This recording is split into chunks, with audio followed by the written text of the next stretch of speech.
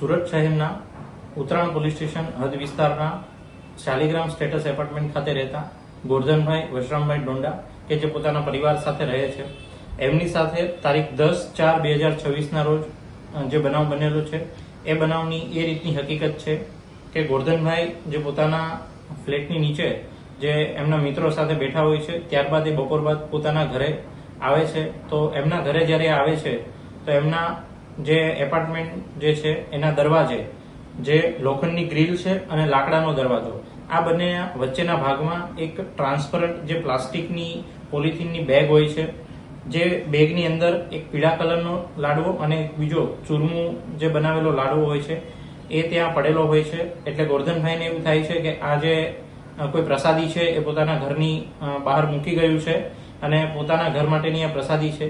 એટલે એ પ્રસાદી લઈ અને ગોરધનભાઈ જે છે એ પોતાના ઘરે જાય, અંદર પ્રવેશ કરે છે. અંદર એમના પત્ની, એમના દીકરાની વહુ અને એમની પૌત્રી આ પણ હાજર હોય છે. એમાં ગોરધનભાઈ જે છે આ પ્રસાદી જે છે એની અંદરથી થોડો જે પ્રસાદી છે એ ગ્રહણ કરે છે અને એમના દીકરાની વહુ પણ જે છે એ આ પ્રસાદી થોડી લે છે. એમના ગોરધનભાઈના ધર્મપત્ની અને એમની પૌત્રી જે છે આ પ્રસાદી લેતા નથી. હવે આ પ્રસાદી લીધા બાદ ગોરધનભાઈ જે છે એ ફરીવાર પોતાના મિત્રો સાથે બેસવા માટે નીચે ચાલ્યા જાય છે. થોડીવાર પછી એમની તબિયત જે છે એ બગડે છે અને એમને એ બેભાન અવસ્થામાં હોય છે. એટલે એમના મિત્રો જે છે તાત્કાલિક સુરતની જે ખાનગી હોસ્પિટલ છે એમના ખાતે એમને લઈ જવામાં આવે છે અને પરિવારને આ બાબતની જાણ કરવામાં આવે છે. થોડા સમય બાદ એમના દીકરાની જે વહુ છે એમને પણ આ પ્રસાદી લીધી હોવાથી એમની પણ હાલત જે છે એ બગડે છે અને એમને પણ એ જ રીતે ખાનગી હોસ્પિટલ ખાતે સારવાર માટે ખસેડવામાં આવે છે.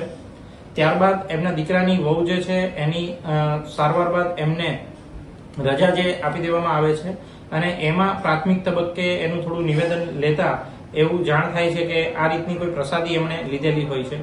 ત્યારબાદ ગોરધનભાઈ જે છે એમની જે તબિયત જે છે એ સ્થિર થતા એમને પણ જ્યારે હોસ્પિટલમાંથી રજા આપવામાં આવે છે અને આ બાબતે જ્યારે એમના પરિવાર સાથે ચર્ચા કરી અને જ્યારે એમનું નિવેદન લેવામાં આવે છે ત્યારે એમને આખી વિગતવારની જે હકીકત છે એ સામે આવે છે કે એમણે જે પ્રસાદી પોતાના ઘરની અંદર લઈ ગયા એ પ્રસાદીના લાડવાની અંદર કોઈ એવું તત્વ હતું કે જેના લીધે આ જે છે એ એમની સાથે જે છે એમની તબિયત આ રીતની ખરાબ થાય છે. તો ત્યારબાદ એમને પોલીસને જાણ કરવામાં આવે છે. એટલે પોલીસ જે છે તાત્કાલિક ઉત્તરાયણ પોલીસ સ્થળ પર પહોંચે છે અને જે છે એ જાણવાજોગ દાખલ કરે છે અને આ કામે જે મીઠાઈનું સેમ્પલ છે પ્રસાદીનું એ પણ હસ્તગત કરે છે અને બીજી જે ટેકનિકલ એનાલિસિસ છે એની મદદથી પણ પોલીસ જે છે એ તપાસ ચલાવે છે. તપાસની અંદર કેટલાક શંકાસ્પદ લોકો જે છે એ સામે પોલીસની સામે આવે છે. ફરિયાદી પણ એક બાબતે જે છે એ શંકા વ્યક્ત કરે છે પોતાના પાડોશીની સામે અને સીસીટીવી કેમેરાને પણ ચેક કરવામાં આવે છે. ફરિયાદીની ઘરે જે સેમ્પલ હતું જે પ્રસાદી લેવાથી જે બીમાર થયા છે એ જ સેમ્પલ એમના પડોશમાં રહેતા જે ઉષાબેન મહેન્દ્રભાઈ નાકરાણી છે એ પણ શાલિગ્રામ સ્ટેટસ ખાતે જ રહે છે, એમના ઘરમાંથી પણ મળી આવે છે. આ શંકાસ્પદ વસ્તુ છે એટલે એ નમૂનો પણ એફએસએલ ખાતે જે છે એ સેમ્પલિંગ માટે જે છે મોકલવામાં આવે છે.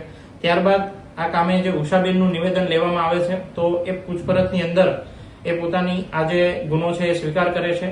એમાં આ કરવા પાછળનું કારણ એવું છે કે એમની જે દીકરી છે એમણે થોડા સમય પહેલા જે પ્રેમ લગ્ન કરી લીધા હોય તો એમનું એવું માનવું હતું કે આ જે સામેનો જે પરિવાર છે, જે ફરિયાદીનો પરિવાર, એમનો આમની પાછળ હાથ છે અને એમનું મન દુઃખ રાખી અને એમણે જે છે એ આ પ્રસાદીના જે લાડવા હતા એની અંદર જે ઊંઘની જે ગોળીઓ છે એ ભેળવી અને એમના જે ફરિયાદી છે એમના ઘરના દરવાજા આગળ મૂકેલ હતી. તો આ કાપે અત્યારે જે આરોપી છે એમના પાડોશી છે ઉષાબેન મહેન્દ્રભાઈ નાકરાણી, એમની કાયદેસરની કાર્યવાહી છે એમની સામે કરવામાં આવી રહી છે અને જે ઉત્તરાયણ પોલીસે જે છે એ તાત્કાલિક આ ગુનાના કામે પોતાના તપાસની ટીમ છે એને એક્ટિવ કરી અને આ ગુનાનો જે છે એ ભેદ અત્યારે ઉકેલી નાખેલો છે.